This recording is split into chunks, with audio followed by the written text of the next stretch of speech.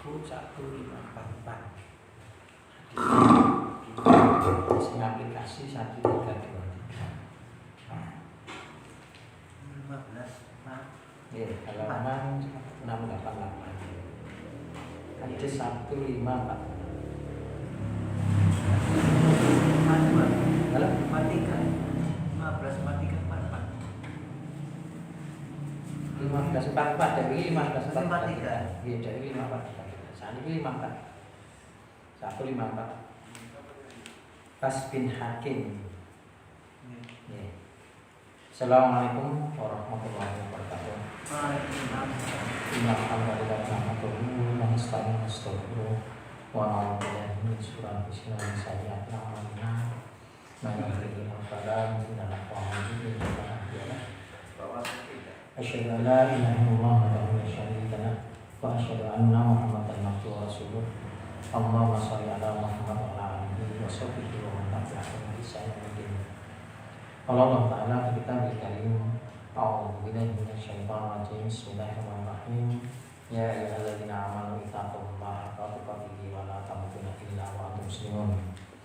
Ya ayyuhan nas ittaqu rabbakum alladzi khalaqakum min nafsin wahidah wa khalaqa zawjaha wa batha minhuma rijalan katsiran wa nisaa'a wa taqullaha alladzi tasaaluna bihi wal arham innallaha kana 'alaykum raqiba.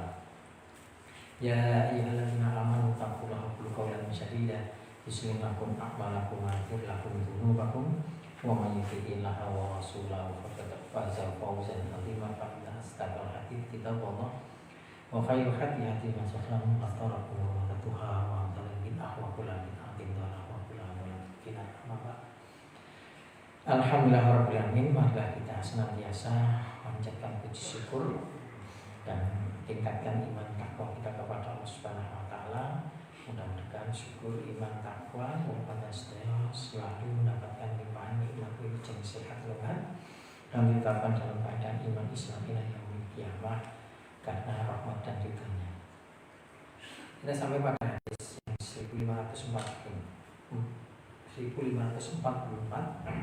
hadis dari Bas bin Hakim yang diriwayatkan oleh 3 imam hadis dengan sanad yang kuat.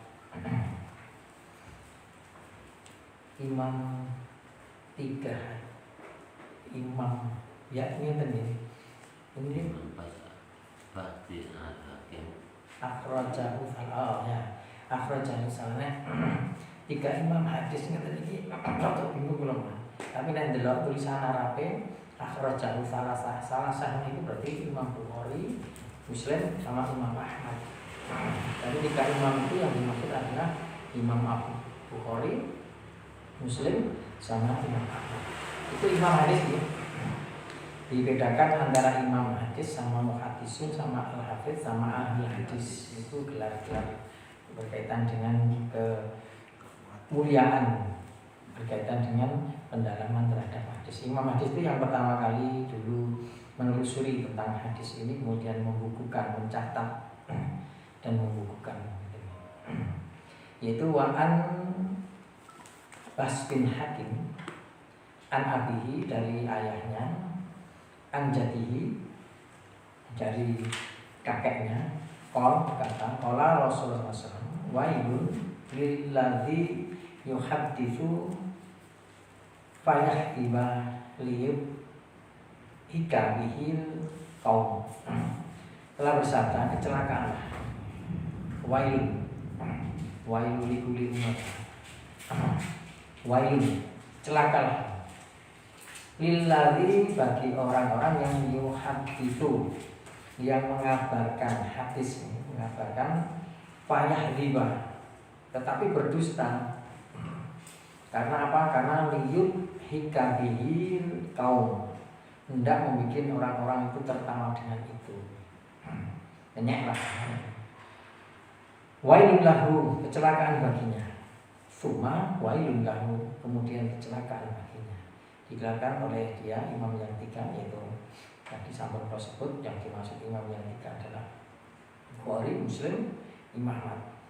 Istilah itu yang mempopulerkan imam yang 3, imam yang 4, 5, Imam yang 7 itu ya Imam Ibnu Hajar Asqalani ya. Nah istilah itu dipakai oleh para ahli hadis, para muhaddisin untuk menulis, untuk memberi keterangan tentang hadis riwayat saking sinten. Itu hanya teknis saja. Sanadnya kuat. Hadis ini hasan. Al-Manawi berkata diriwayatkan dari Imam Ahmad, Abu Dawud dan Imam At-Tirmizi, Al-Hakim juga dari hadis Muawiyah bin Haidah, dan ini telah dinyatakan hasan oleh At-Tirmizi dan dikuatkan dia oleh Al-Mundhiri serta Ibnu Hajar Asqalani. Sekali lagi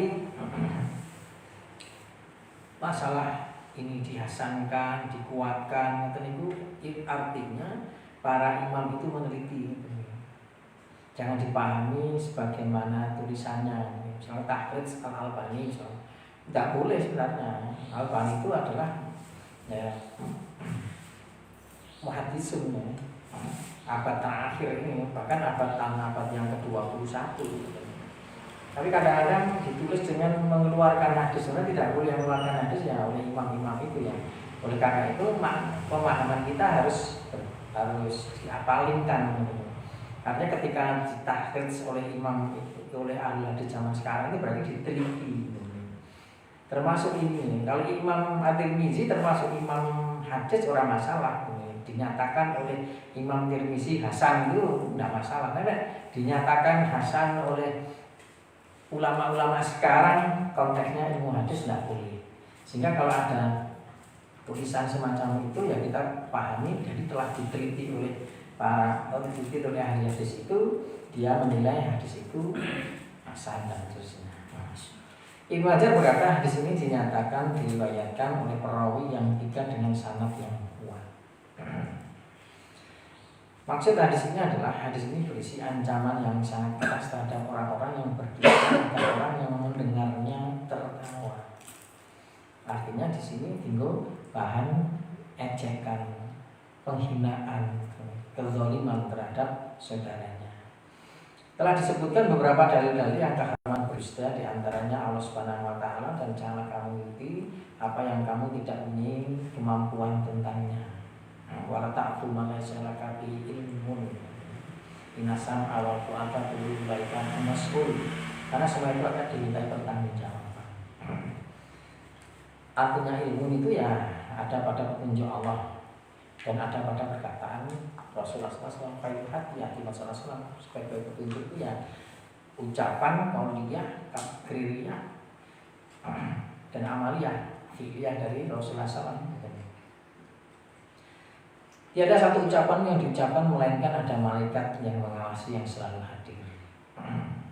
Sehingga ucapan sing keguyonan sana jadi itu keguyonan, tapi itu dalam rangka menghina, mengejek, merendahkan atau menunjukkan keunggulan kita, itu termasuk sesuatu yang dilarang oleh Allah Subhanahu wa taala.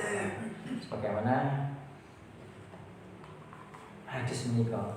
Jadi halaka misalkan terus wailun, celaka, terus masuk neraka atau dosa dan sebagainya, itu ilmu fikih, usul fikih itu menyatakan tentang keharaman.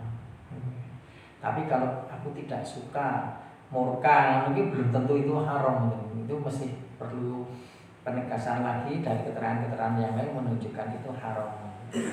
Aku tidak suka atau lebih baik atau tidak lebih baik, atau ancamannya bukan berkaitan tadi, bukan berkaitan dengan ancaman yang nanti masuk neraka. Itu para ulama masih menyimpulkan itu tidak langsung ulama memutuskan itu tentang haram.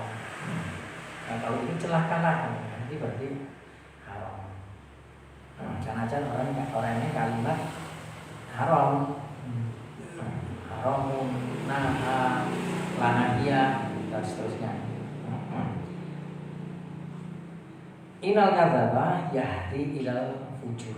Sesungguhnya kedustaan itu akan membawa kepada seorang kemaksiatan.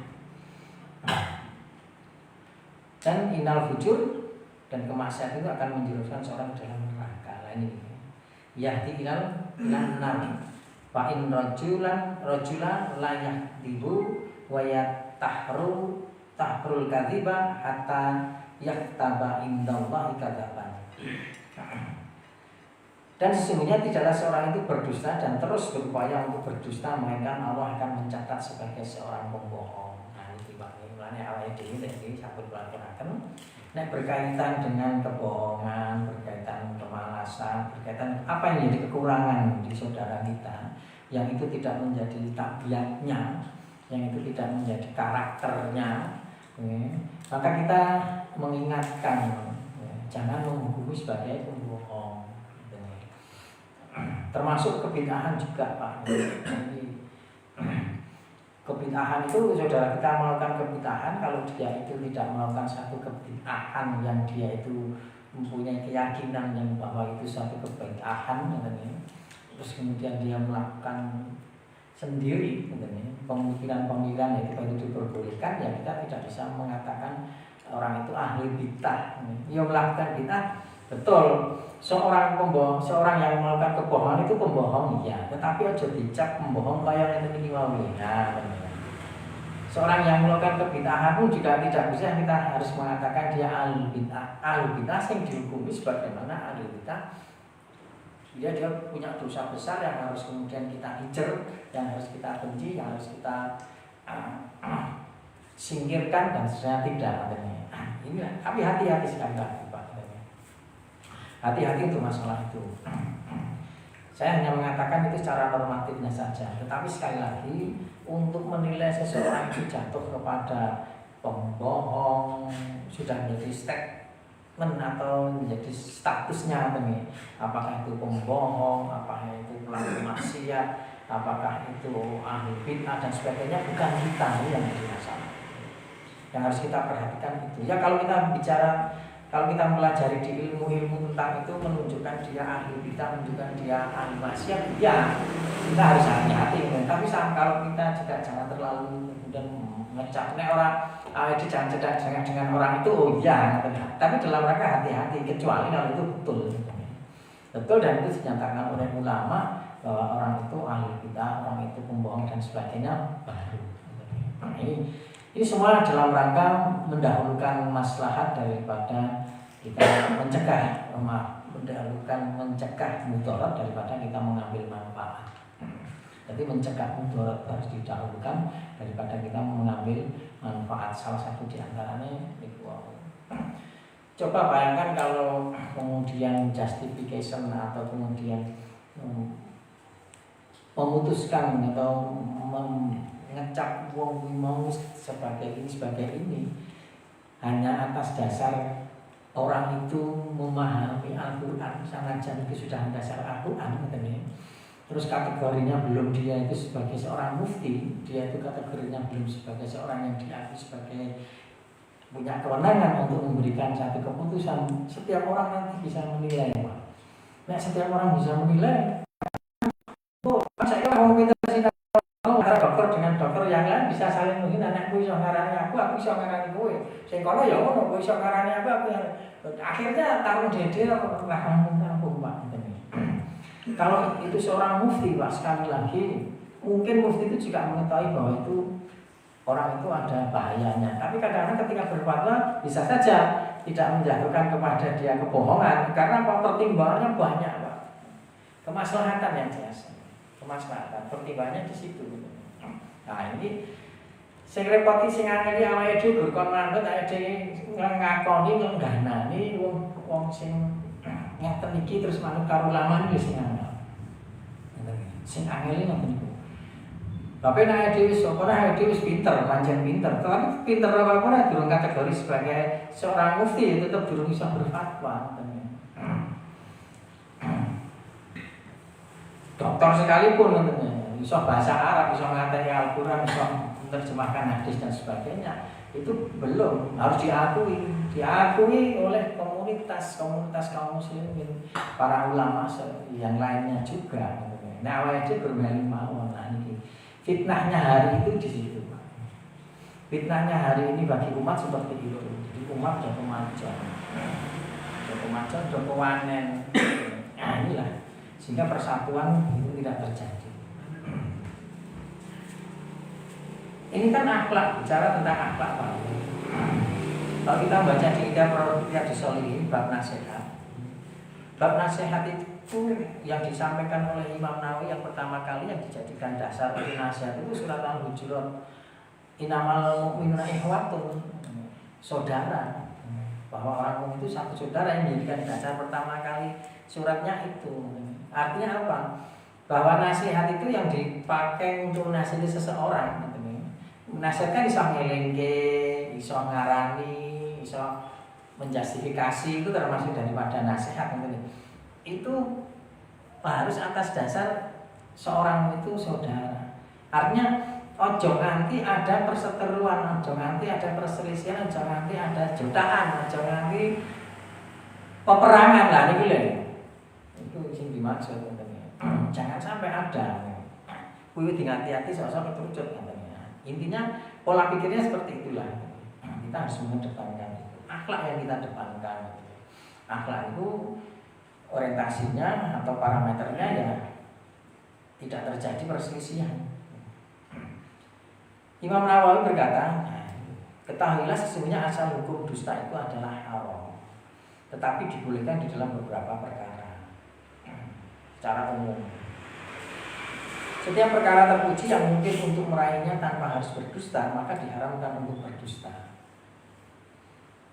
Jika tidak mungkin meraih perkara terpuji itu kecuali dengan berdusta, maka dibolehkan berdusta untuk mendapatkan hasil yang perkara tersebut. Ini logika ini kayak Gus Baha. Gus Baha itu untuk nyogok pilihan.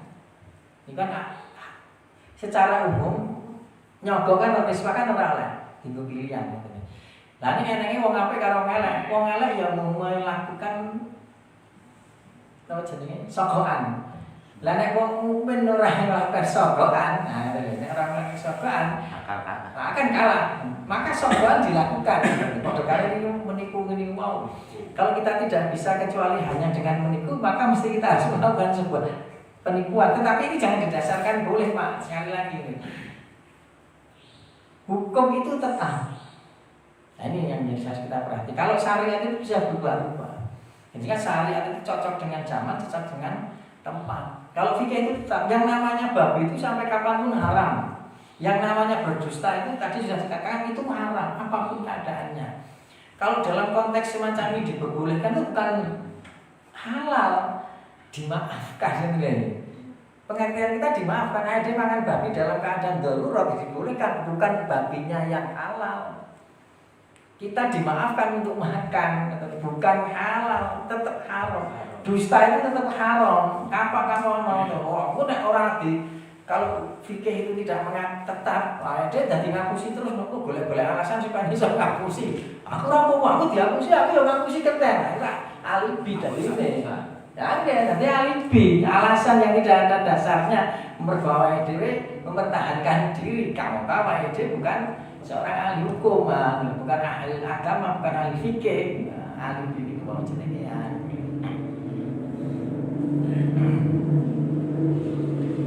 Dua, jika perkara tersebut adalah hal yang berubah dan tidak mungkin untuk meraihnya kecuali dengan berbohong, maka berbohong pada kondisi ini adalah sesuatu yang mubah. Nah ini angel kalau dicak ini ada hati-hati. Ini harus ditanyakan kepada ulama. Naik praktek itu, waduh, angel. Jika perkara itu adalah sesuatu yang wajib, maka diwajibkan berdusta pada kondisi ini. Yang saat dusta-dustanya wong mukmin itu tetap harus ngambil strateginya di politik lah kampanye. Rasulullah pun juga pernah kan ketika ada seorang pencuri dalam satu riwayat itu ada seorang pencuri dicari, kemudian pencuri itu datang melewati kepada Rasulullah. Rasulullah kan tidak tahu duduk selain ini, tapi yang terjadi adalah ada orang yang dikejar-kejar mendolimi. Akhirnya Rasulullah panggilit neng kono, langsung ngoyak-ngoyak niku mau. Ketika di depan Rasulullah tekon golek wong niku mau. Lan ning wong kuwi ya padha-padha ra ngerti ning ngene. Paribasa cekake ngeten panjenengan ngertos piyai sing liwat niki mau. Nah Rasulullah geser sedikit. geser dalam keadaan berdiri. Selama saya berdiri di sini, selama saya berdiri di sini, pulau bukan mengertos lah, bukan penipuan itu. Karena ajan itu kategorinya ya aslinya nipu, anak-anak itu lah. Artinya begini, karena intinya kan kita harus menyelamatkan orang yang terdolimi. Karena hidup saya orang, maka jangan ada yang terdolimi dulu. Keselamatan dulu kan. Ada yang gampang itu. Keselamatan harus utama. Ketika selamat utama, setelah nanti lah ada masalah urusan dia lagi dirampung itu kan. Tapi keselamatan dulu kan. Kayak ada kecelakaan itu, des. Ojo ngerampungke bener salah sih, ngerampungke keselamatan wong sih kan diamanke KPK lagi dirempuk kan ngoten. Nek langsung dirempuk wae selak tele-tele kan ngoten. Sing diamanke kabeh sih kan diamanke aman-aman. Termasuk ini tadi Rasulullah juga demikian. Selama saya berdiri di sini, saya tidak memerangi. Jadi kedustaan, walaupun itu dusta sekali lagi, kebolehannya itu bukan yang dimaksud kehalalannya, tetapi dimaafkan untuk melakukan itu karena tadi keterbatasan. Di dunia ini kok Pak awake melakukan keterbatasan sing ora iso nglakoni, mau ndak mau akhirnya kudu nglakoni kan ngoten iki. Kok biakan ngoten iki. Jadi apa namanya dunia pendidikan, orang saja dunia pendidikan, dunia keagamaan pun juga demikian gitu. Saya repot mau kalau tidak ada kesempatan untuk berdusta, namun tidak ada kesempatan, tidak ada yang tidak bisa, mesti kita longgar saja untuk tidak berdusta. Kok berdusta lah ini dosa besar. Kalau tidak ada lain kecuali hanya dengan berbohong ya. Berbohong itu mesti harus dilakukan. Sekali lagi orientasinya ini ada kemaslahatan, bukan ini kemaslahatan. Di antara contohnya adalah seorang muslim yang meminta perlindungan dari seorang yang zalim yang ingin membunuhnya untuk merampas hartanya. Wajib bagi seorang muslim untuk memberinya perlindungan, menyembunyikan meskipun dengan berbohong. Itu Rasulullah dari Rasulullah tadi. Saya sampaikan tadi. Siap berbohong. Intinya begini, kita harus sering saya sampaikan berkaitan dengan mengambil keputusan kita berbohong atau tidak berbohong, kita melakukan tidak benar. Hukum syar'i itu dijadikan Allah untuk melindungi agama, untuk melindungi jiwa, kehormatan, dan untuk melindungi harta itu kali dalam berkaitan dengan nikiwa kan kenapa dilindungi? Karena untuk melindungi jiwa dulu. Undang-undang kan bilang tapi ini jiwa loh Pak. Masalah itu bener luput kan pusing dilan panik lain tenan kan yuk bongkaran hukuman ini paten-patenan kan gitu. Nah, ini dalam rangka melindungi jiwa. Dan yang lebih baik pada kondisi ini adalah jika seorang muslim melakukan tauriyah, yaitu melafazkan satu ibarat yang secara zahir mempunyai pengertian berbeda dari apa yang dikehendaki oleh orang yang melafazkan. Dalil ini akan hal ini apa yang disebutkan di dalam As-Sahihain dari Ummu Kulsum bahwa beliau mendengar Rasulullah bersabda, laisal kadzaba alladzi yuslih bainan nas fayummi khairan aw yaqulu khairan. Bukanlah termasuk pendusta orang yang mendamaikan hubungan di antara manusia dengan menyampaikan satu mengatakan sesuatu yang baik. Nah, kalau ngarani jenenge Dura Sembodo. Betul Pak. Ini Dura Sembodo. Dura iki jenenge ngapusi ta. Durga.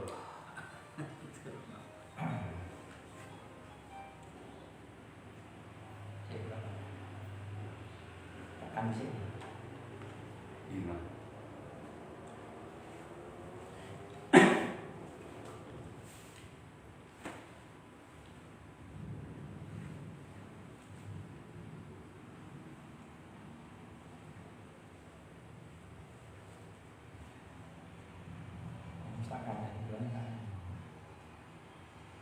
Ini pemuda ceper ini ngaji ini prai gang. Mau hari WA ya teleponnya. Wow.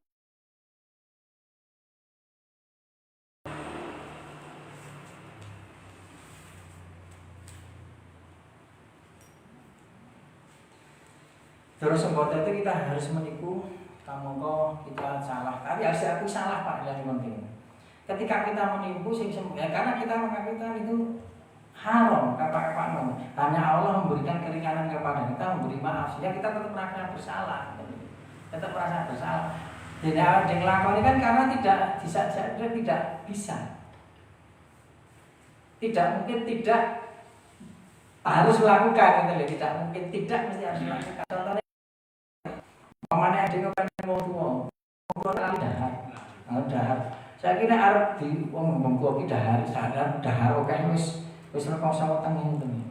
Ning kan sing wong kali kan jaluk mangan terus. Kira-kira nek awake dhewe dikandani apa enenge ora gelem malah ngeyel, itu malah ngamuk ora dadi loyo kan ngene. Mungkin ada waktu mereka mau disipati barang, disepakani barang maksudnya ngene. Ya kan dia aku sih wow pun dahar lagi ae dahar sajane mau jam 09.00 umpamane ngene. Nek dahar utangnya loro, berarti lah masalah ngene.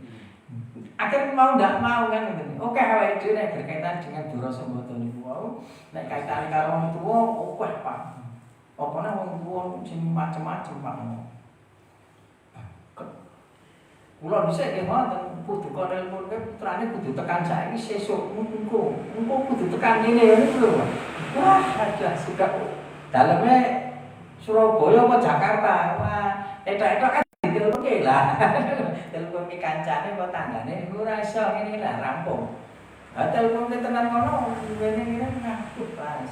Ya susah itu. Nah, ini kalau tidak ada hal-hal yang menyebabkan kita berbohong, kok ide berbohong sekali lagi itu dosa. Mensiasati nek istilahnya. Bukanlah termasuk pendusta orang yang mendamaikan hubungan di antara manusia dengan menyampaikan atau mengatakan sesuatu yang baik. Kadang-kadang seorang pas. Ini dinggo nyampe istilahnya.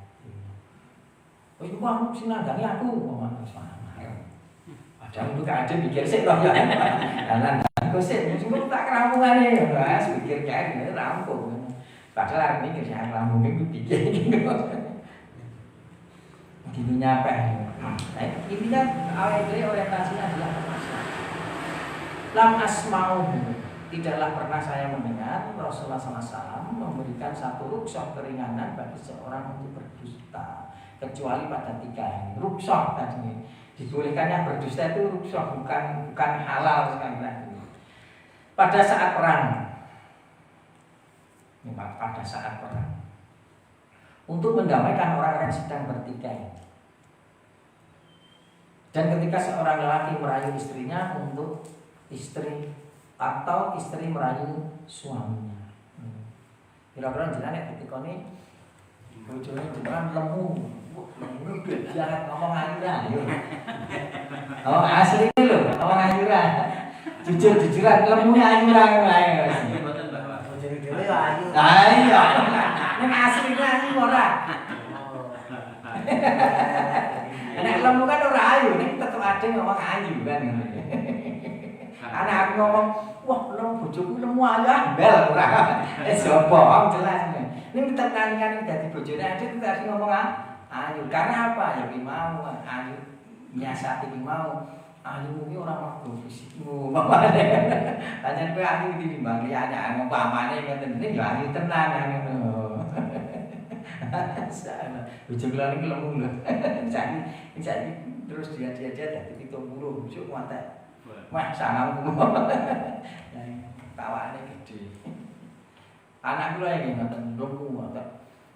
Lha niku 70 padahal kelas SD lho, Pak. Kelas 6. Itu diet tapi diet berhasil dari saya keluar. Wah, ini yang mau nek mangan diukur, baru wis ora mangan nek bengi. Ini saiki saya loro ya ramping kaya Ragawati. Oh gitu. Tadi saya Ragawati kae nilani lho. Ayu ora pak maju ya. Al-iyad qat'iyat maksudnya berkata tidak ada perbedaan pendapat akan bolehnya berdusta pada 3 perkara ini. Yaitu pada saat perang berarti wau mensiap pinter-pinteran bersiasat Sekali lagi bukan semata-mata untuk mengalahkan, untuk dalam kemaslahatan, untuk mendamaikan orang-orang yang sedang bertikai. AWD nek sedang bertikai kita tidak menggunakan strategi sosial arep ngandhake apa nang ya nolak belut iki kok.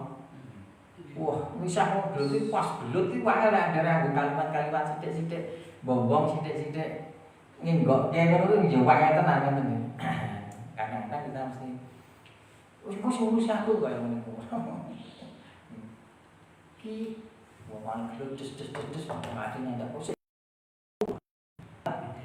Imamku, wah padahal aku lo kenal kan daripada klik ganteng imamku padahal aku kenal karo sing ngantem iki kan ngoten. Kula cerita bapak kan padha premane kita teori ndamaikan tetep iki wongku. Wah. Akhirnya rasa ganteng iki kan. Jadi nggih penceper nggih ngaten Pak. Motor-motoran ganteng itu berat. Jarine Islam. Wah ngapiran kan kaliane dhewe kok kamu iki lho kon didok dhewe. Didok dhewe ya. Wani kan. Duduk mah. Kowe wong Islam, nek kowe sing nek wong Islam numpak motor gebrak-gebrak ngono kuwi mungsuhe aku. Ya mikir bisa. Aku koncone kae ngono. Bar cerita kan udah ra kenal koncone kae. Gur tanggo adel. Nggak tahu koncone kae padahal koncone kae iki maksudnya apa? Maksudnya bose sing gebrak-gebrak iku mau kenal karo kae ngono lho. Akhire mundur. Akhire sing pentolan iki mau bukan wong loro bukan hujan akhire terus bubar. Ras geber-geber. Aku koncone kae. Anak buah kae. Hal yang demikian itu di dalam agama Islam tidak termasuk berdusta. Sehingga kecelakaan bagi orang yang menceritakan tetapi berdusta karena tidak mungkin orang itu tertawa kan itu betul-betul menghina. Itu Rasulullah mengatakan wailun tidak terjadi.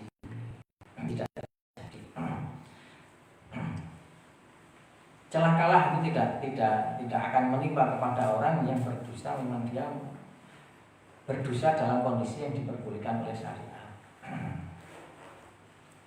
Wa an Anasin dari Anas radhiyallahu anhu. An-Nabi sallallahu alaihi wasallam kafaratu manih tabatahu antas takfirala.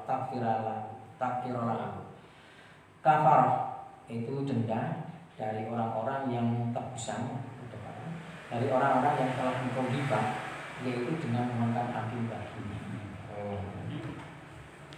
Mulanya saya sering tukang khotbah ini kan dosa kecil ngomong soal hibah barang, soal binah barang, seorang bener masalahnya itu, soal hibah barang.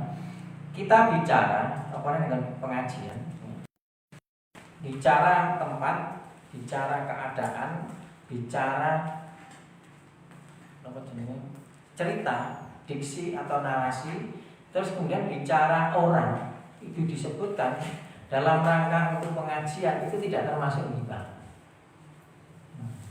Kula cerita pada zaman Rasulullah SAW terus nek ana cerita Rasulullah di perang karo kancane yo kancane sing ngapusi Rasulullah, kancane Rasulullah tak sebut jenenge misalkan Ka'ab gitu. Arep nang saya sopan. Bahkan saya menceritakan tembung ngeten iki wau Ka'ab itu saya tidak sedang menghibah Ka'ab karena apa? Hadis-hadis banyak yang cerita seperti itu, Rasulullah cerita seperti itu. Sahabat menceritakan hal yang demikian. Jadi dalam rangka penting awake dhewe, bukan di sini paling penting awake dhewe motivasinya tidak dalam rangka untuk mendolimi atau mencelakakan. Awake dhewe dalam rangka untuk mendolimi atau mencelakakan, di situ baru jatuh ke ghibah. Jadi wartawan kita cerita misalkan Jokowi bohong ini dan sebagainya.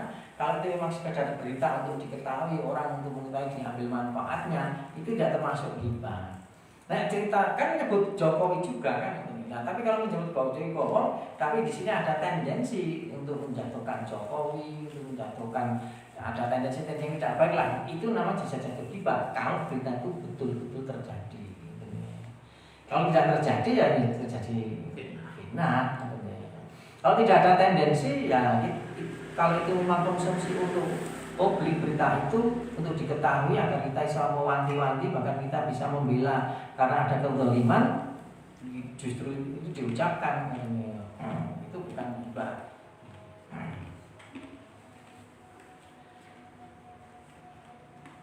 Jadi kafarahnya umpamanya terjadi gibah tenang, kafarahnya ya kita minta maaf.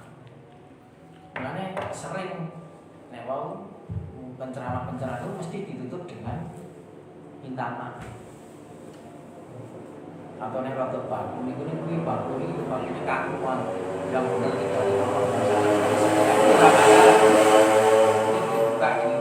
tidak tidak kafarah. Setiap tutup ada bicara pidato pun juga demikian ya, ditutup dengan nyuwun pangapunten dan sebagainya. Intinya bahasanya seperti itu. Kalau redaksinya monggo. Termasuk doa kafaratul majelis, doa kafaratul majelis sosok awake dhewe duweni kleru, tidak hanya saja saya saja, panjenengan juga, banjar terhadap saya juga, atau banjar terhadap jamaah yang lain itu bisa terjadi. Maka doa kafaratul majelis. Doa kafaratul majelis rasa bareng-bareng. Pane bareng-bareng ya ora apa-apa ning nuntun ngoten ya. Bareng. Setiap kita selesai majelis maka kita berdoa dengan doa kafaratul majelis. Dipimpin ya ora masalah dalam rangka untuk menuntut. Tapi intinya wajib untuk minta maaf apapun selesai kita pada umumnya. Termasuk saya mengingatkan kepada Ustaz itu mau kita bicara sudah benar. Sebenarnya kita kadang-kadang berubah. Yang namanya wajar. Kita berubah. Bisa kita wajib saya orang terlihat, maka itu harus kafarahnya, dendanya agar tidak jadi fitnah. Maka harus mengatakan. Dulu saya mengatakan begitu, sekarang saya berubah ini karena ada fitnah. Harus begitu. Harus begitu. Nah. Kalau itu di depan umum, yang jelas di depan umum. Kalau dengan perorangan ya perorangan. Maka kalau di depan umum, jenengan wis ngomong di depan umum, sana aja wong kabeh kuwi enek sing ra teko nalikane tau ngomong kaya ngono, kafarahnya cukup sudah selesai. Karena sudah konteksnya kepada umum. Sing repot nek harus memenuhi syarat dhisik wong 100 piyaine kuwi. Terus akhirnya berubah. Dhisik ada mutazilah kan ganti ahlussunnah ngoten lho. Lah itu ganti mutazilah, ganti ahlussunnah kudu nekake wong sing dhisik teko. Wah, persyaratan itu kan tidak mungkin. Persyaratan yang tidak mungkin itu batal demi hukum. Maka karena sehingga ulama itu mengatakan cukup ketika dia mengatakan di depan umum, maka kafarahnya juga di depan umum. Selesai. Yang ngapunten kula dhisik ngendika ngomong ngoten niku kula nyuwun ngapunten niku kula lalai itu selesai. Ngono selesai. Nek sadar loh, nek orang sadar ya awake terus berdoa kepada Allah apa yang dulu kita salah atau ada kesempatan ya kita dimaafkan oleh Allah Subhanahu wa taala. Nah, itu seperti itu Pak. Artinya di dalam hati kita ojo kegowo bener dhewe terus, menang dhewe terus, ora tahu salah, ada perasaan kita masih ada kekurangan. Wani sing repot ini, dhisik tau ngomong ning Amerika, iki pindahne kene lha kafarah piye ya itu? Nah, kata nanti dulu kita minta kalian mengatur kurang bersyukur. Assalamualaikum warahmatullahi wabarakatuh.